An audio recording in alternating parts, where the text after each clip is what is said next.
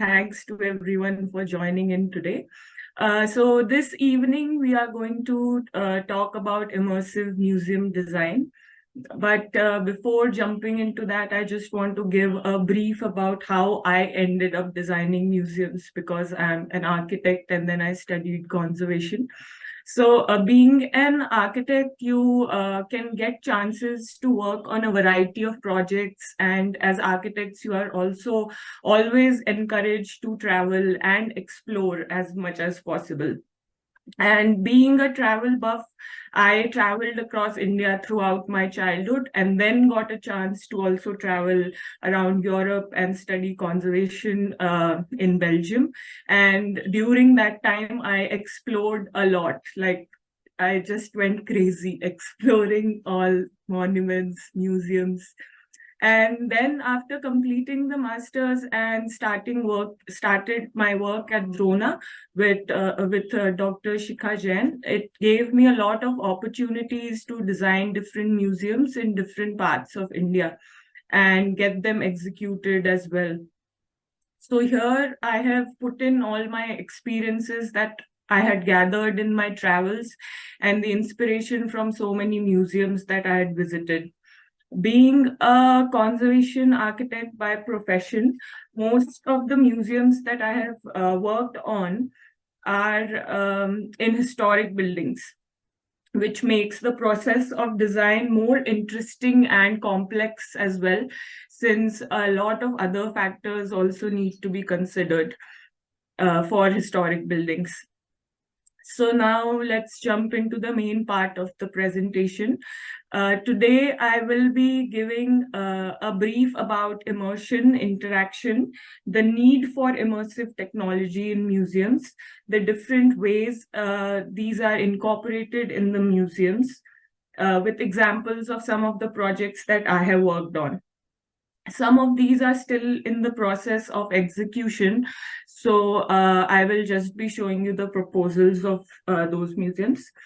And even though the topic can go into a lot of theories, technical details, specifications, and like a lot of these details, I will try to make it less academic and more fun. So now I'm going to start with the basics and slowly build up to more detail. So while explaining the basics, I'm going to show more images from outside of India so that you can all get an idea of how much progress the field of museum design has made, and we still have a long way to go. So now coming to the first question. Samvida, I'm just going to interrupt you for a minute and just want to make an announcement to the attendees that Samvida will be taking your questions towards the end of her presentation, and there is a Q&A tab. You can put your questions as she presents, but because I see a couple of hands raised, we won't be able to take your questions in between Samvida's presentation. So just be patient. If you have a question, either you park it in your thought or you park it on the Q&A tab, right? And we'll get to it. Shubhangi and I'll moderate that with Samvida once her presentation is over, right? Sorry for the interruption, Samvida, but I just thought that I'll do it right away before your slide presentation gets interrupted. Okay, so coming to the first question, what is a museum and what is its purpose? So museums play both a social and a cultural role, and their main functions are to preserve pieces of art and history and to transmit and share knowledge. And these can be done in a variety of ways. You all must have visited a lot of museums. We will only cover the interactive and immersive part in today's presentation. So the first part is a bit technical, but it is very important to understand that each visitor's experience is different because each visitor brings their own personal and social contexts and also is differently affected by the physical context and makes different choices like which aspect of that context they want to focus on. A very simple but effective example of social context would be the color white. Like think about the color white, how it's perceived in India. We think of it as a color of peace or a color of mourning, which is something that is not celebratory. But in the West, the bride wears the color white to her wedding. So, like all of these contexts play a very major part in the visitor experience. So museum design needs to have an effective interpretation for all, like for a major audience to get engaged. So now we need to understand what is interpretation. Interpretation is basically the research, synthesis, and presentation of information about a specific topic to make it understandable and engaging to the general public. This field also includes other professionals like guides, interpreters, volunteers, museum staff, and others. Audio guides are also a means of interpretation. So once the research has been done, it can be presented to the visitor in a variety of different ways, like interactive displays or text panels, or QR codes have also come in now, scenography or videos. So now let's come to the main topic of today. What is immersion and what is immersive design? So the word immersion originates from the late Latin word immergere, which means to dip into. And immersive design encompasses a range of interactions that leads users to be fully absorbed into an experience. And nowadays, many techniques and technologies are used to create the illusion that the user is physically interacting with a digital or a virtual atmosphere. So to understand immersion, we also need to understand the concept of interactivity with respect to immersion. So the moment we enter a museum, we are interacting with the exhibits and the content that has been presented to us. So the term interactive denotes a sensory engagement between the visitor and something that has been presented, or someone else, or an exhibit. So one of the reasons why immersive design is more effective is because the whole concept is based on increasing the interaction between the exhibits and the public. So now that we have understood this, I hope, so we can move on to the design elements of immersion. What are the various design elements that contribute to immersion? So there are 6 major points that you need to keep in mind. The first one is crafting a compelling illusion of time and place. We need to ask how effectively does the exhibit that we have designed is going to transport the visitors to a specific historic period or location, or if it's imaginary, how much they will get transported. So this question guides us in assessing the authenticity and the impact of our design. So take, for instance, here, the Titanic Museum attraction. It's in Pigeon Forge in Tennessee, and it recreates the time and place of the Titanic and its ill-fated voyage, and which immerses the visitors in the experience with meticulous detail. So the next one, the next element is creating depth. So we need to create a depth for increasing the feeling of immersion, because we all know that 3D offers a deeper sense of immersion than 2, which can also be seen if we consider the contrast between a photograph and a diorama in a museum exhibit. And also, like if you are watching a normal 2D movie, or if you watch a 3D movie or a movie shown on a surround screen, that has a bigger, more impact on you than a 2D film. So then the third element is incorporating multi-sensory experiences for enhanced immersion. So if all the senses can be activated or indulged at the same time, it makes the exhibit more vivid and more memorable.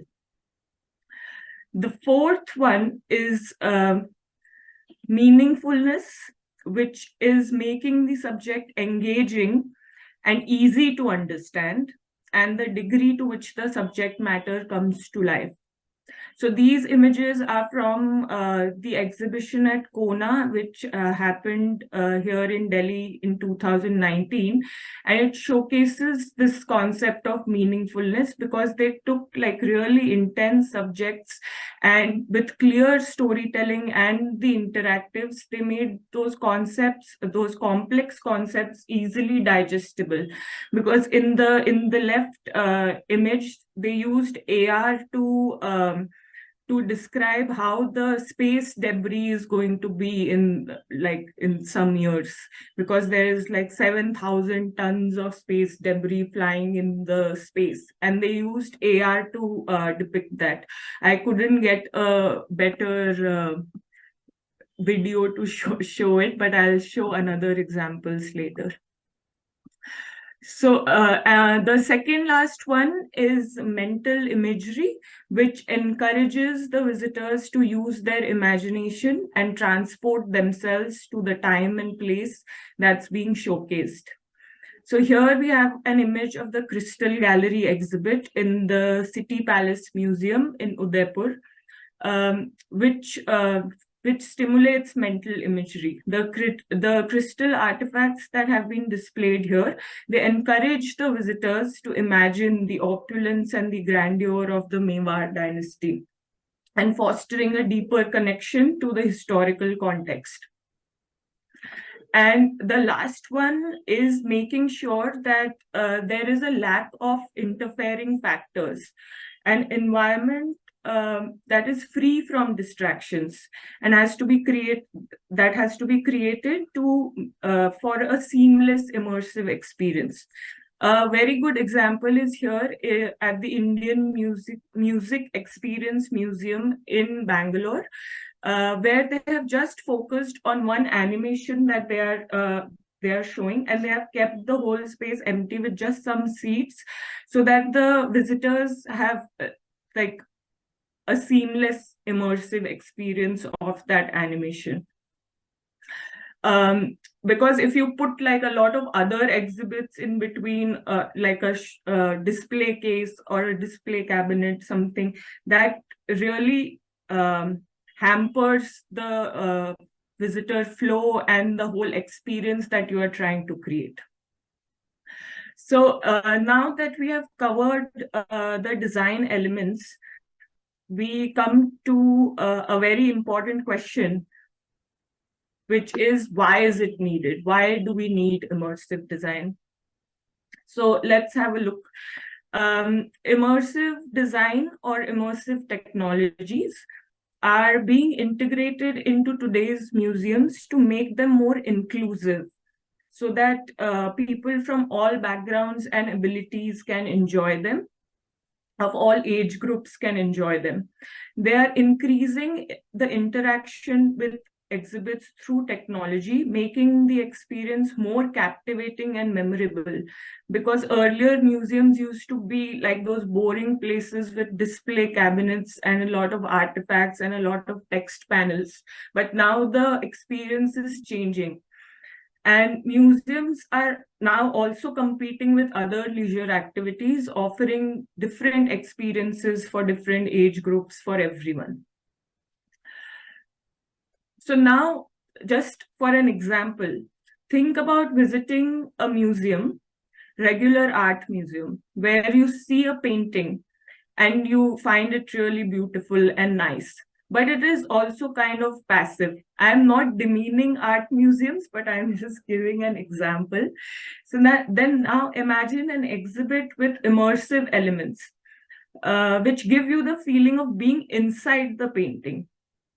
And you can like maybe even interact, or maybe like if you are in VR, you feel like you are touching it.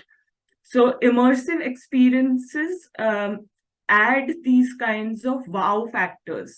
It's a term that we use to add a wow factor within the museum, stimulating visitors' senses in different and more creative ways.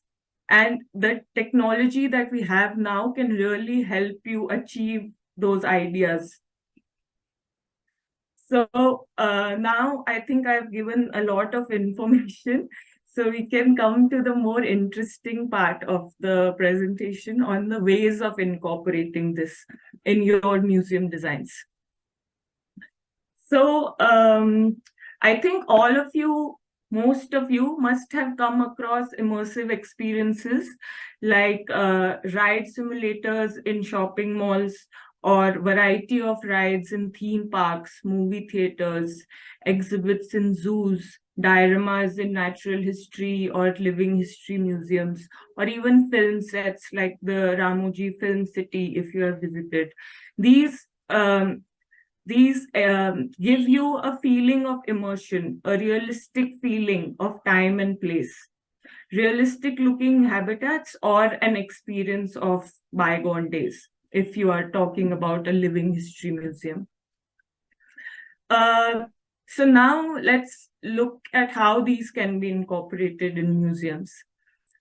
To have a better understanding, I'm going to show some images from my travels, some reference images, and some museum proposals and the projects that have been executed while I was working at Drona.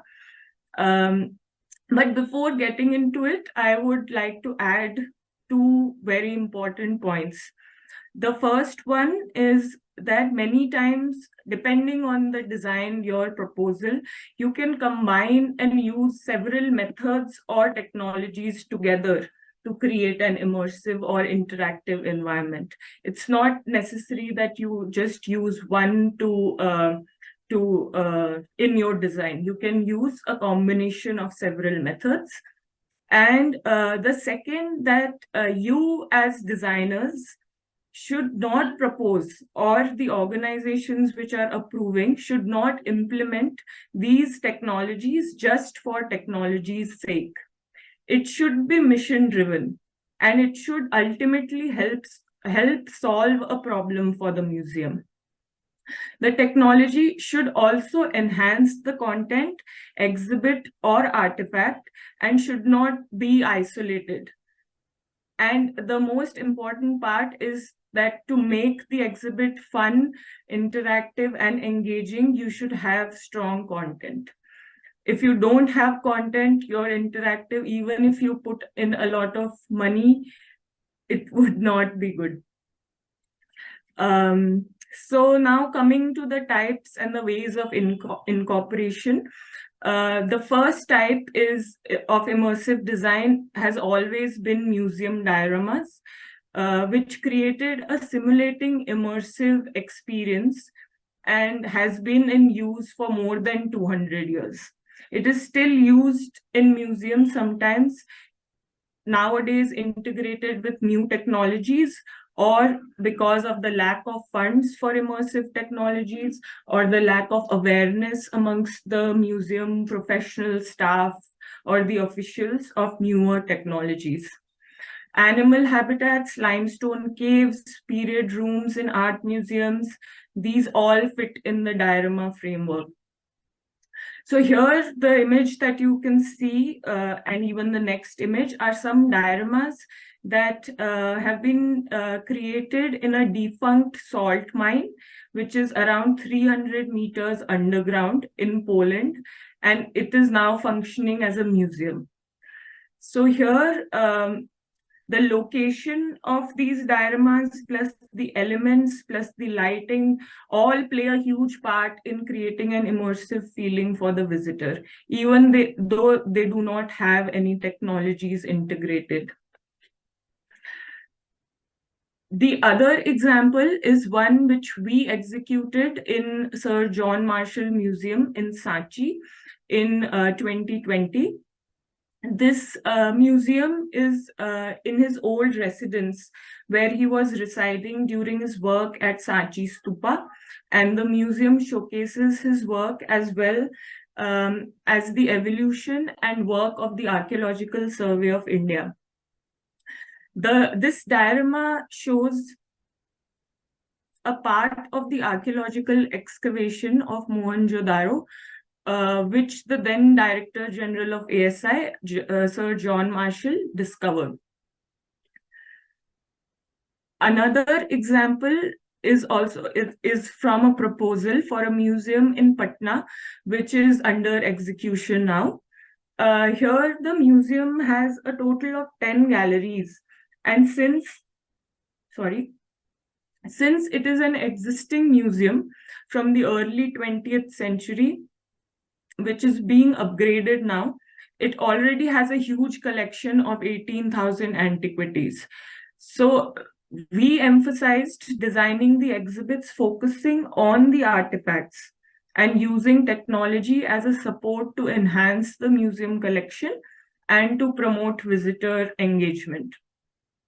This gallery traces the flow of the holy river Ganga and the different aspects related to it.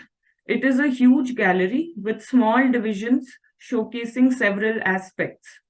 So here in the natural history part, we proposed a diorama with hyperreal mannequins to showcase the biodiversity along the river and with a mineral display from the museum's collection. Now coming to the second type, I think most of you would be aware of this because it's like really common in movies, action movies, sci-fi movies, which are holograms.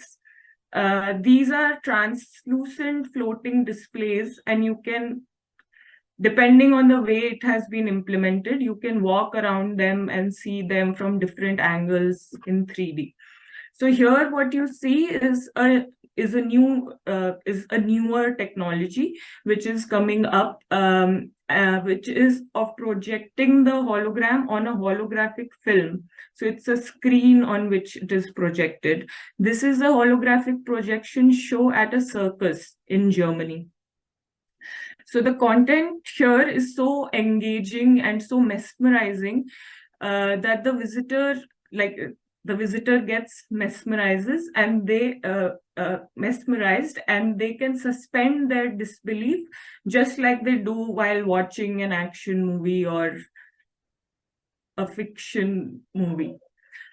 The second example is one which we executed in the Visitor Interpretation Center at the Buddhist Cultural Park in Sachi. This is a short video.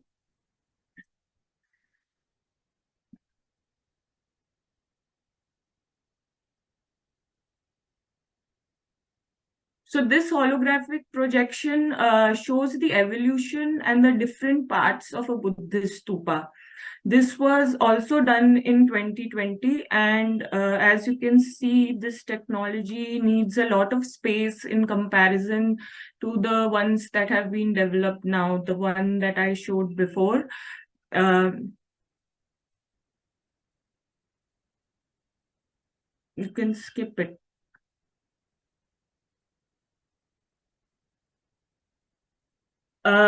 So the next example is a proposal from the Patna project again, where in the Rajendra Prasad Gallery, a prison cell has been recreated, showcasing the several terms of rigorous imprisonment he had gone through during the freedom struggle. This scene shows the dingy jail cell with props and a life-size holographic projection of him inside the jail. Since this was proposed later, so here we have used the projection on a holographic film so that we don't need that big box for projecting. So now coming to the next technology, which is interactive displays. This allows visitors to interact with the content in a more engaging way, and I hope a lot of you must have seen these in museums. These are quite common in Indian museums these days. We use these displays in the last gallery of the Visitor Interpretation Center in Sachi, to show the spread of Buddhism in Asia, and then there were quizzes based on the information that was presented in the Interpretation Center. While these are quite basic in content and implementation, There are many other ways of increasing interactivity within a museum.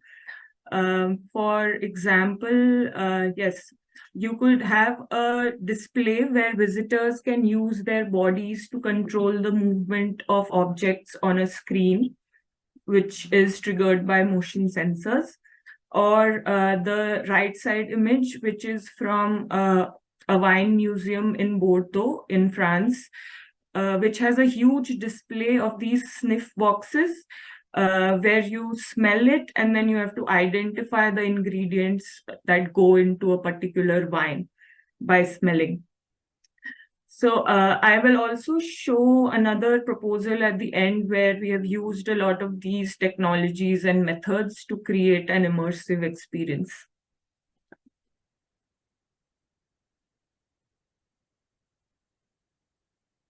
So the next is directional audio, projections, projection mapping, sound and lighting strategies, which can be used together or separately with other methods to create an immersive environment, as I had already mentioned before starting. So directional audio is a great way to add immersion even without using any visual elements, because they work by focusing a narrow beam of sound towards the listener. So only they can hear it, and it can be triggered by sensors. So instead of broadcasting it around the space, it can also be combined with AR and VR, and can be used to enhance the immersive experience. In the Patna project, we propose some exhibits using these combinations of methods. So the first exhibit of the museum is an immersive AV projection, which introduces the visitor to the story of Ganga. All sides of the gallery, part of the gallery, have projections of flowing water and with Vedic narrations in the background and the text in the front, on the front wall. So even here you can see that we didn't overdo this space, and we left the space empty in the center so that it gives more immersive and a seamless experience to the visitor. Then in the same Patna Museum, in the textiles gallery, which usually, if you must have seen, these are like the textile galleries are usually really static. So we took the liberty of introducing some interactive, immersive content in this gallery. So in one of the galleries, we proposed an interactive, immersive exhibit with sculptural mannequins with projection of a Tibetan public square on the gallery walls. So the visitor can select different outfits from of the Tibetan attire, which are displayed on these mannequins by projection mapping. And then they can choose, if they want, they can learn more about those outfits from the interactive screen. Another one is an immersive space in the kids gallery, which is a light-based diorama of a jungle on all the walls with audio playback. And the floor is also painted to give the 3D effect of a jungle.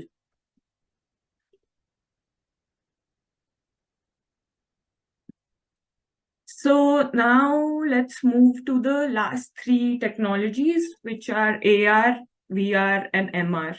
And I'm sure a lot of you must be aware of these three.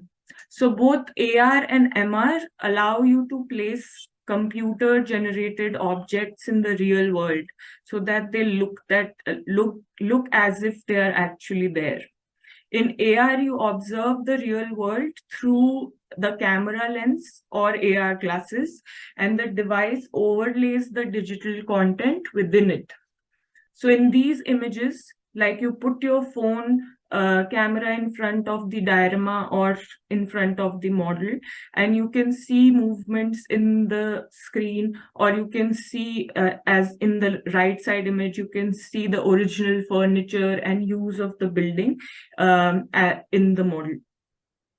So we proposed a similar exhibit in the Patna project where we have proposed a life-size diorama of the scene of Shah Alam II surrendering to the British, which is then integrated with augmented reality elements, which the visitor would be able to view on their phones. Here is a short video to make it more clear, the application of AR at heritage sites. This is on heritage sites.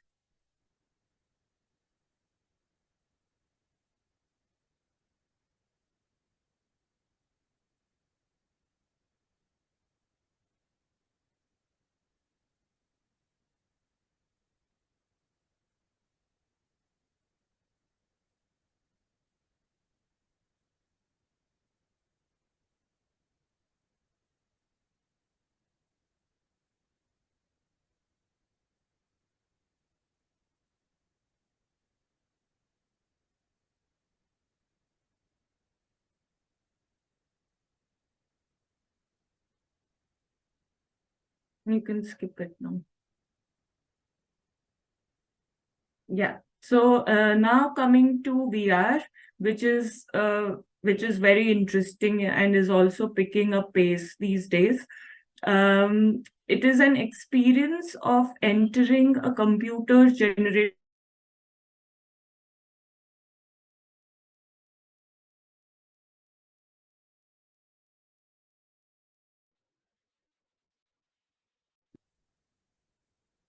you in an entirely virtual world and creates the corresponding sensory experience deep in human memory and accumulate.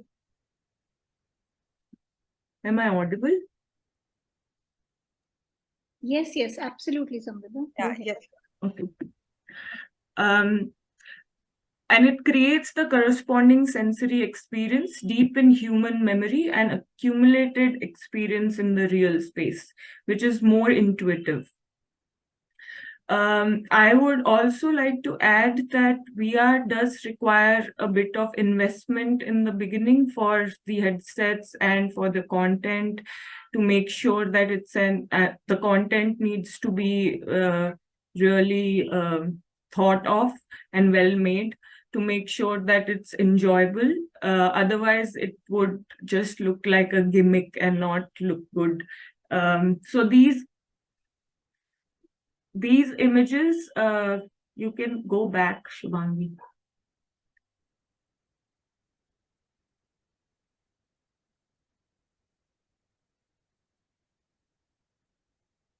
Only going further. Just give me a moment.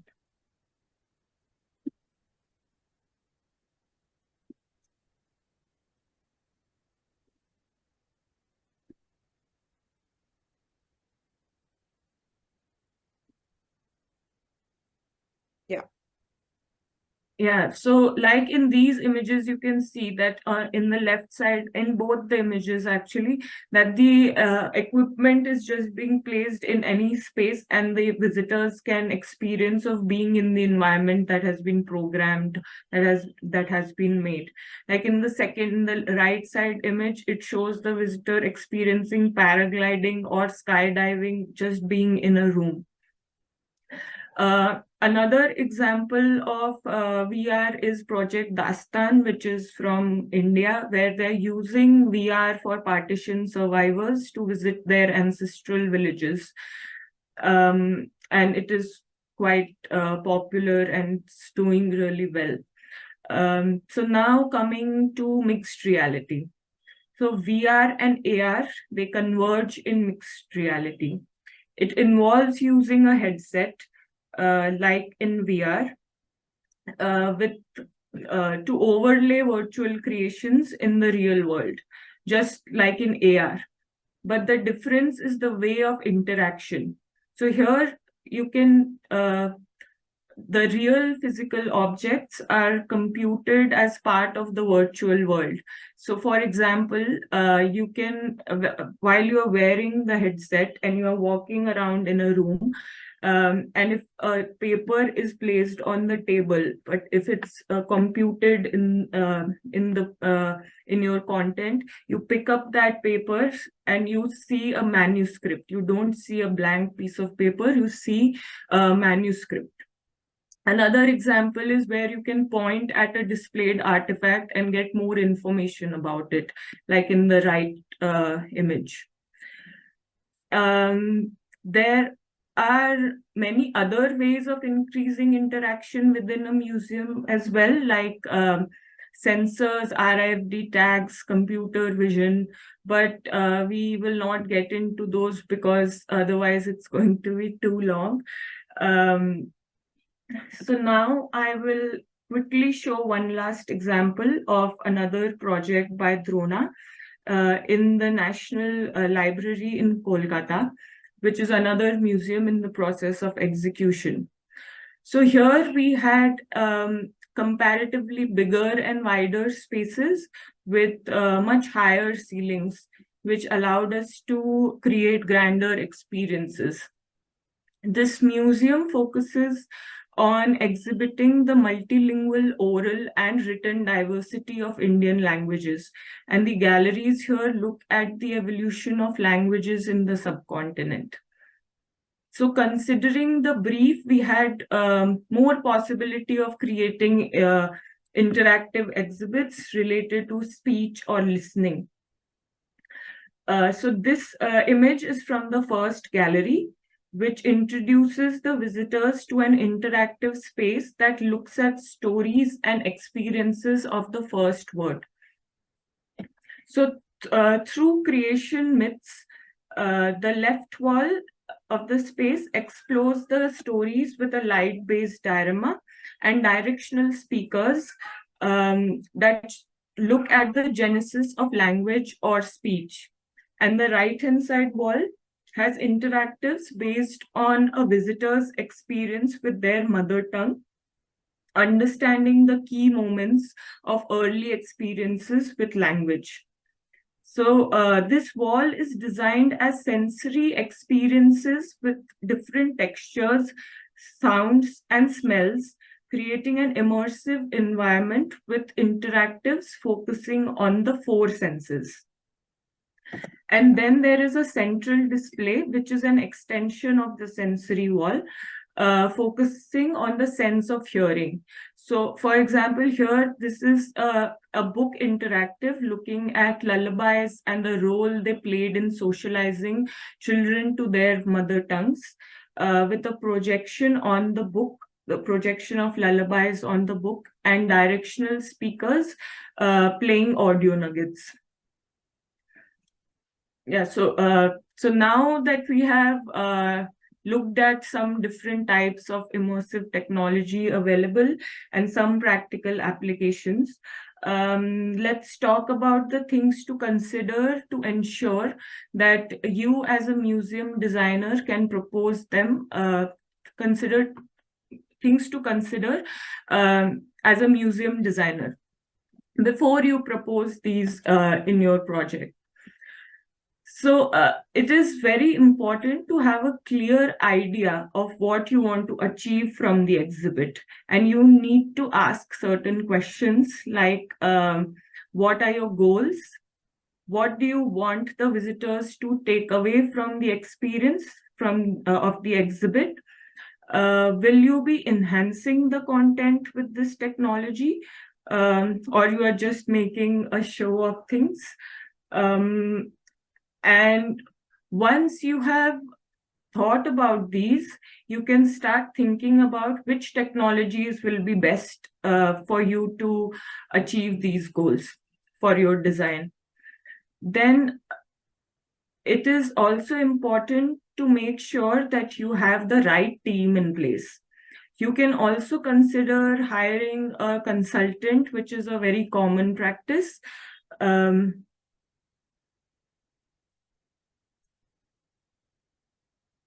Am I stuck?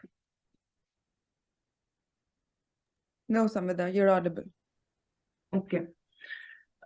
which is a common practice because these technologies for museums are evolving really fast, and it's not possible to be updated of all the specifications of the new technologies. So a technology consultant can really help you with the proper specifications and help you with the execution of your ideas.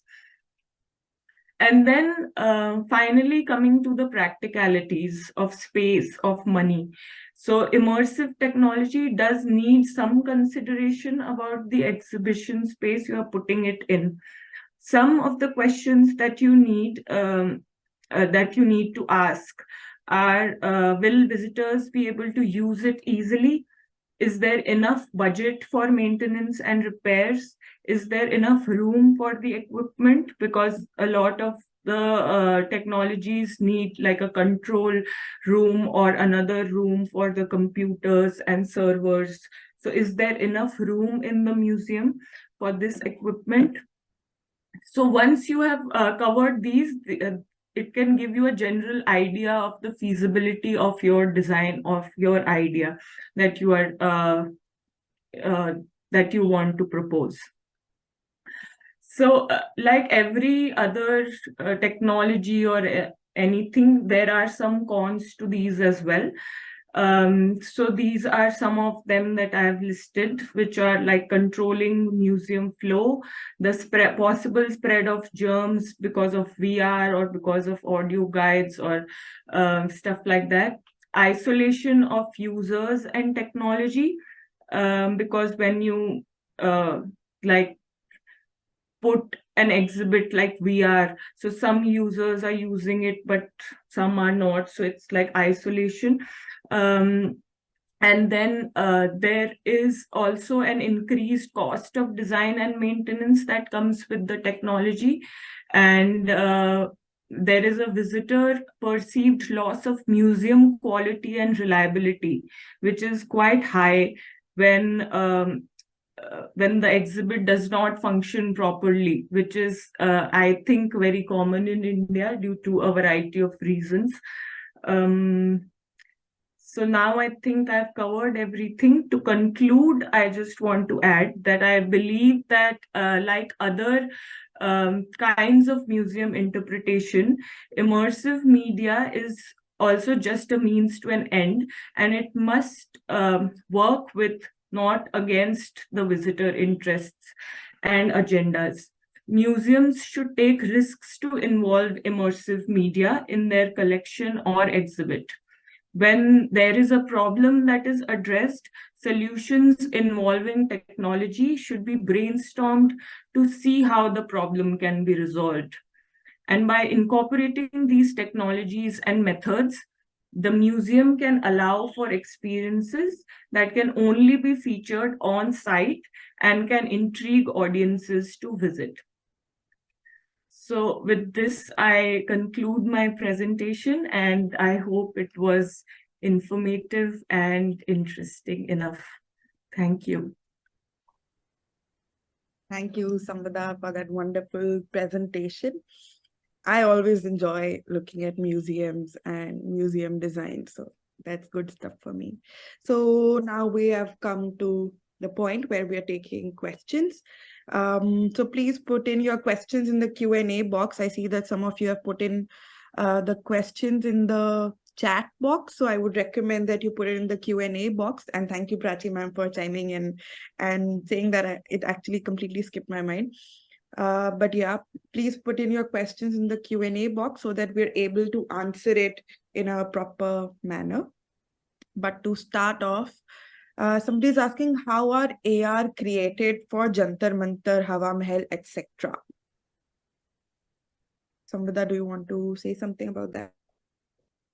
It's on the content team actually, but usually it can also be created using laser scanning of the monuments. Like you do a complete scan of the monument, or if you have drawings, you can also create a 3D model and then you can make the content. There are different ways of creating content. It just depends on your team, and also depends on the time and yeah, there are several factors that you need to consider. Okay, somebody's asking which course should one do from and to get into this field. Prachi ma'am, would you like to comment on that? Well, I wish that museum design was as simple as doing a part-time remote course.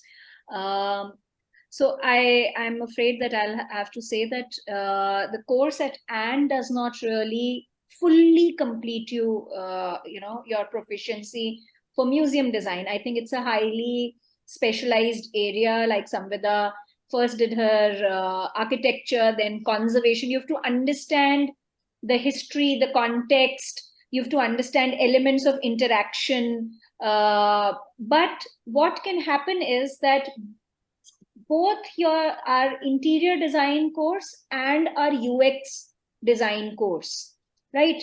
Depending on if you have something, you've studied something else within either design or cultural studies space, then if you study interior design, then you understand spatial organization. If you study UX design, then you understand elements of interaction and experience. Then you can find your foot in the door into a museum design team.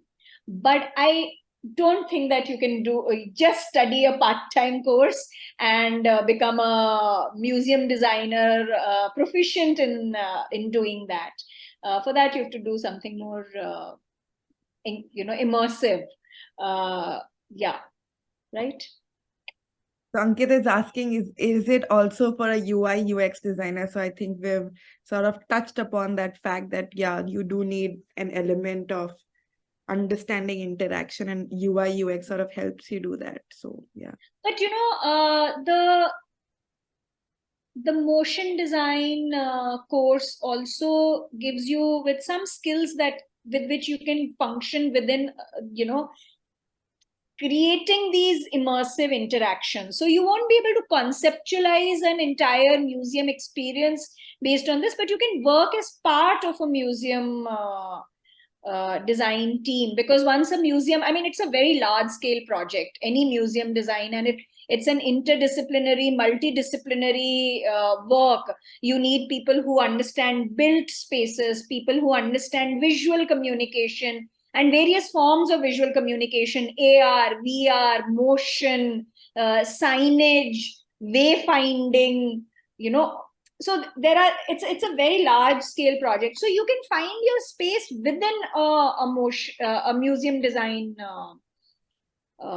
project.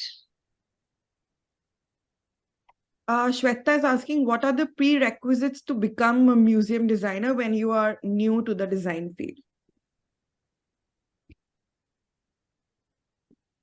Should I answer this? Sure, please go ahead. I think a lot of if you have your basics clear, and if you find yourself in an office where they have museum design projects, and you just start with the signage, or just start with not even the signage, just start with making text panels, the panels that go in the museum. And then I think if you want to start, if you want to be in this field, then you can find an office where they have museum projects, and once you start working on them, you go on site, you see how different departments and different fields, they come together to find solutions for the museum. I think that is a way to move into the field, because I've seen interns who were architecture interns who then became museum designers, or there are also ways of getting into masters of exhibition design if you really want to pursue this field. Yeah. Rati is asking, please throw some light on the graphical context with relation to immersive media. Samvida, do you want to comment on that? I think graphic never really leaves the design space. Sort of, it's a very broad sort of a field. So even in like communication, like text panels would still be like graphic. Yeah. So signage, wayfinding, the wayfinding system a graphic designer may not come up with. That would probably be a UX designer or, a spatial designer's job. But the actual visual design of it, Samvida, right? That's something that a graphic designer would do. So, the graphic design professional will find many spaces. So in fact, Samvida, while these questions were happening in your presentation, I was reminded of my own work. So I worked on creating neighborhood museums, and that's very interesting because it has to be immersive. It's by the people, for the people, in the local community. It doesn't work on, this thing. And I remember that, and normally neighborhood museums would be done on shoestring budgets, So I come from a product design background, but I put together a team. So I had a graphic design team. Of course, as a product designer, I was able to handle the spatial design and all of that. But I think in museum design, understanding the context of the information.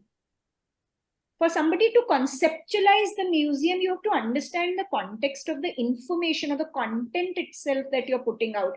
I can't, without understanding the nuances of, let's say, the history of art, I can't put together a museum design. It's not only about, the walls and the floors and how do I put what. You have to understand the content. If I'm putting a small piece of fabric, textile, what is the history of that textile, and therefore how does it need to be presented? Does it need to be, mounted? Does it need to be, what is the context of it? So I think, Samvida, would you agree that, that's really where a museum designer's work is? Yes. So I would just like to add a few more things. So while we were designing museums, we were kind of being architects. We were mostly engaged with the designing of the spaces. So like what exhibit will go where and like what kind of technologies we can use. But really what content has to go in which gallery of the museum, that a researcher will only be able to tell you, will only be able to research and then formulate a curatorial narrative for the museum stating which these galleries should be in the museum, and in this gallery we are going to talk about this, in this gallery we are going to talk. We as museum, we are the designers of the space of the museum, but as ma'am also mentioned that there is a very big team that works together to design a museum. So there are different roles that each person plays. So a researcher would be able to formulate the curatorial narrative, and then a museum designer would be able to design the space. And if you are an exhibition designer by profession, then you can do both. So Arya has a big, long question. Arya is asking, I saw a video of National Gallery in London recently where they had these QR codes which users could scan and the artwork would appear in that position.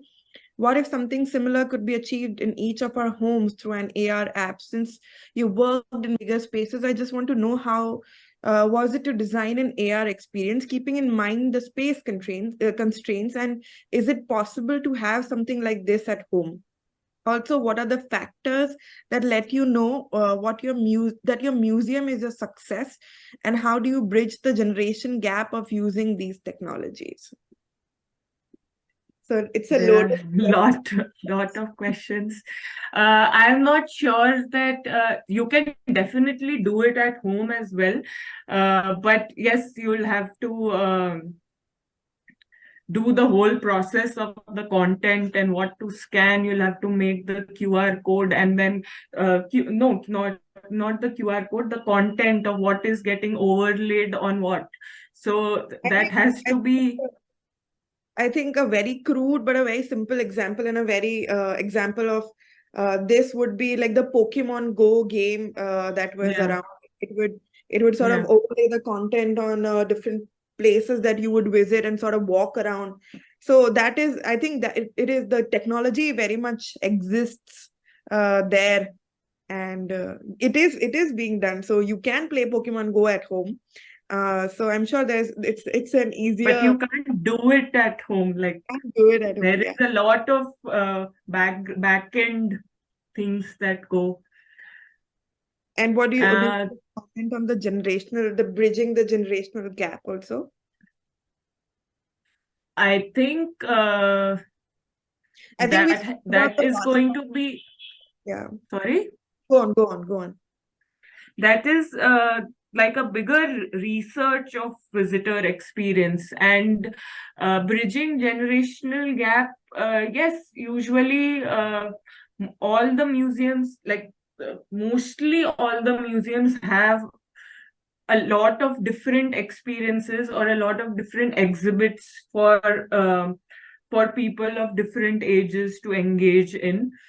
But I think I've read many research papers about this, about visitor experience, and a lot of people who have researched for many years, they have also concluded that it is very difficult to say, like, is the museum a success? Because as I mentioned before, every visitor has a different experience. So I think like, I think it's really difficult. That's what I can answer. Yeah, Prachi ma'am, do you want to add something to that? No, I think it's a highly specialized and advanced field. If I have to add, Shubhangi, I'd like to just say this, that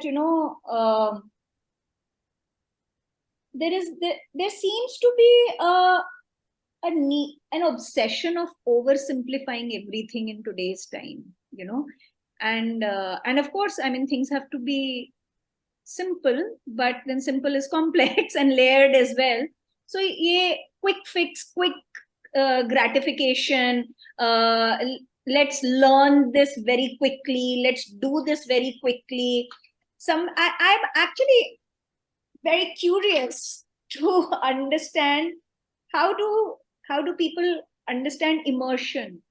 Samvida's topic is immersive experiences, right? So as a generation, or as the time, are we really looking for immersive experiences, or is immersion really scaring us also? Because we want we just want to do this very quickly. So I just want to sort of dip my toe into the water. Are we ready to really get into the ascend or descend the steps of the river? So and get yourself wet. So immersion is that we tend to look at all this AR, VR also, I think, a lot of times not as immersive, Samvida. Sometimes I feel like, viewers, they tend to think of it as something which is a cool factor. How cool is this, but rather than really, so one of the museums that I've really enjoyed, and I've taken students back again and again to in India, is the Virasat-e-Khalsa museum. And I think it's beautiful in terms of visual, the museum design. Yeah. And that's immersive in a different way. Yeah. And even, I mean, the Partition Museum, which may not be immersive, it may not be using immersive technology, but just the curation of it is extremely immersive. Yeah. Because you immerse in, I mean, it's not possible for you to just skim through the partition museum and not get affected by it. Yeah. Yes. We keep talking about, so I keep telling Samvida all about the exhibits and this and that. This exhibition is coming up, this, that. So recently there was an exhibition at the KNMA Center in Saket, which is called Very Small Feelings, which was about kids and their feelings and what they are feeling and how you should you can be a kid as an adult. So they had all of these sort of different exhibits and installations, and it was very interactive, and not like most of them didn't use much technology, but to view a painting you had to jump on a trampoline because kids are short and they can't always reach the height of a painting that is mounted on a adult eye level. So all of these kind of things, and then they use like simple things like a trampoline and a coloring desk or something which is very small. So going back to what Samvida was saying, that dioramas might have been here around for like 200 years, but I think that using these small things are still like very effective and like very nuanced ways of communicating immersion in a way. In fact, my question to you, Samvida, would be, and that's something that always, sort of, it tickles my mind all the time, is in the growing influx of technology and the ability of technology to create simulated immersive experiences, right? What is the future of physical museums? So I like we were just discussing, I mean, can I just experience it, a monument, and technology will be able to do that for me, without me visiting the monument, for me to visit the monument. Similarly, for me to visit, without me physically visiting a museum, for me to come to face with artifacts that are placed in, or in that, because for me also, as a travel enthusiast, I mean, I will make sure that, if I go to a place, I will make sure that I'll visit the museum, even if it is a small one at that place, an art center, I will go and definitely visit it, but I wonder, what is this, how does the general public view this? What is the future of this? Because I think that's going to inform the conservation work. Where are your resources going to be directed? Are you going to invest your resources into creating these remote immersive simulated experiences, or are you going to put them into conserving the physical artifacts that are there? So that's the question. I think the virtual museums, they saw a rise because of COVID, during COVID, and when people were not able to leave their homes.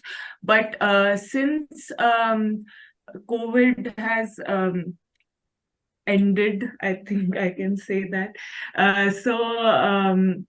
Since then, the number of people who are going back to museums is almost the same. Like if you look at the stats, so that shows that even after you have the option of accessing the museum using the virtual museum app or stuff like that, you still want to go because it's a social experience, because people usually go in groups or go with family, or parents take their children. So I think that social aspect is always going to be, not all, I can't say that it will be always, but like in the near future I can say that it's going to be there.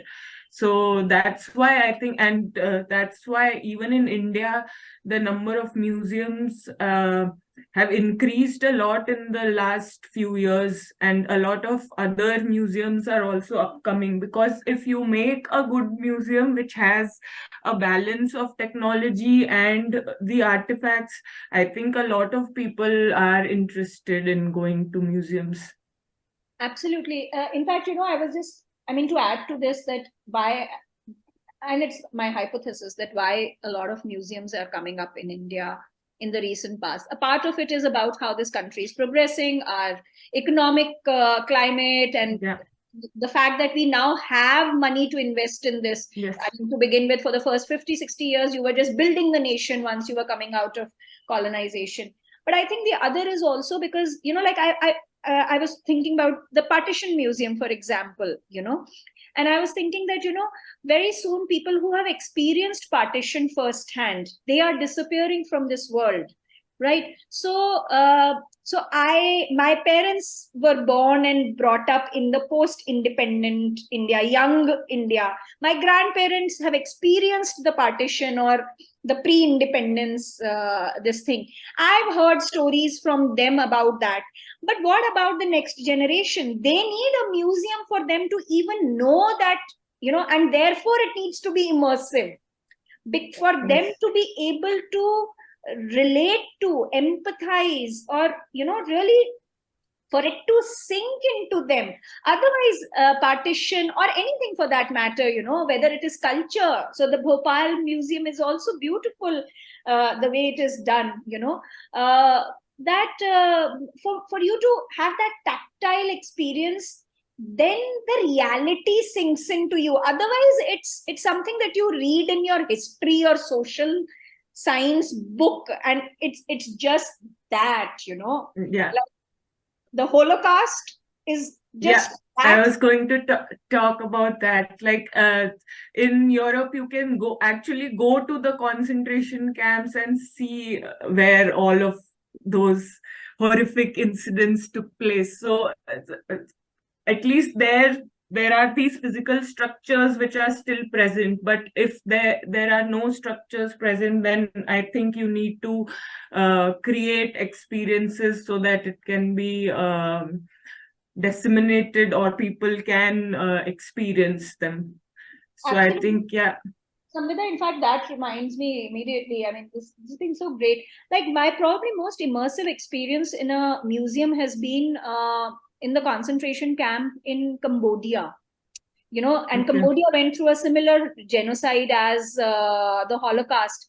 And so you just call it the concentration camp, but actually it's a museum, and it was immersive. I get goosebumps thinking about that experience. And I know that, you know, and it was not jazzy, but it was extremely immersive, because you could see that people are walking around, and then there's this dead silence because it hits you, you know, that yes. What has happened. And I don't think that kind of immersion is possible through a simulation. You know, it's only through simulation. You need simulation through technology and the tactile experience of it together to create, I think, for it to really sink in, that emotive response. Yeah, I agree, but like in terms of technology, if you just want to consider the technology, so now there are people and technologies which, if you have all the software and the hardware together, I think you can get that experience. But I don't know if that experience is going to be 100%. Like if you have the 100%, it is going to be, I think, 99, not 100. Yeah, absolutely. So that difference is going to be there. It's like, I mean, obviously you can't experience that time. The museum is therefore the closest to that time or that experience.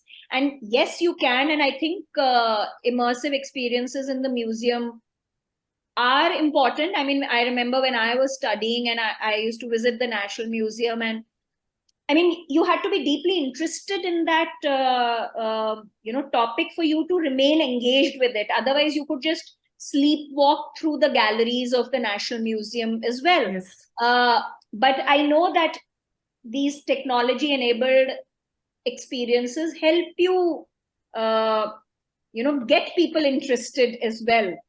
Yeah, I completely agree with you that technology is getting there, but I mean, then to फिर tourism भी खत्म हो जाएगा शायद. I don't need to go. I can just stay in one place.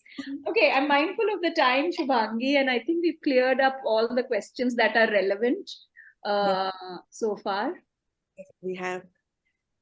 It was a wonderful presentation, Samvida. Thank you for joining us. Thank you for presenting. Thank you for sharing your knowledge.